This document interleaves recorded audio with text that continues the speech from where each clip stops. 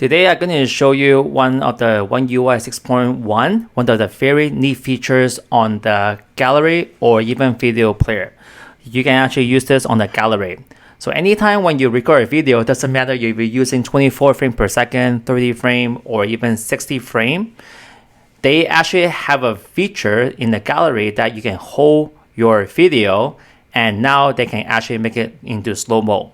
Let's just say if you are only recording 30 frames per second, not 60 frames, they can actually make it into a slow-mo. If your video, it doesn't have a good smooth transition for the slow-mo, they actually will not work. But if your video, they actually can use the AI to generate, and if they think that the video able to do the slow-mo, they will actually do it for you. And all you have to do is you actually can do slow-mo by just holding the video, and that's it. Very, very simple. Now, if you think the slow-mo looks good, you can actually add it inside the editors, okay?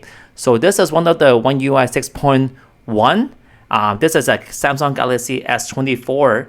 You can do this on landscape mode or portrait mode, okay? This is a very, very neat features in One UI 6.0. I hope you like this video and see you next time. Bye-bye. Peace out.